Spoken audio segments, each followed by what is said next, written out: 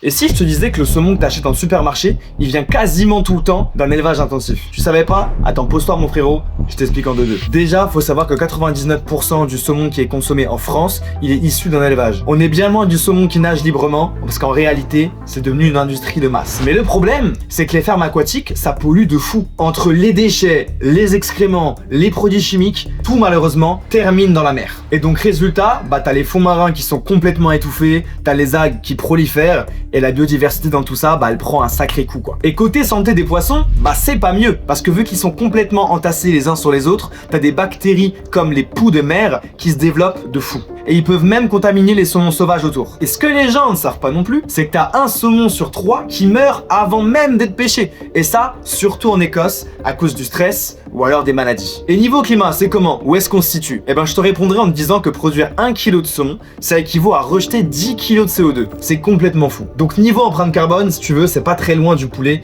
voire pire. D'ailleurs en France, en 2025, il y a eu une proposition de moratoire pour freiner les projets de nouvelles fermes de saumon. Donc ça pour le coup, c'est plutôt cool. Bref, du coup je pense que tu auras compris que c'est pas juste du poisson rose qui se trouve dans ton assiette, parce que derrière c'est une vraie bombe écologique qu'on connaît malheureusement trop peu. Alors, tu regardes pareil ton saumon maintenant? Cette année future, c'était du lourd. Si tu veux découvrir notre récap 2025 et nos objectifs pour 2026, rends-toi sur notre page de crowdfunding.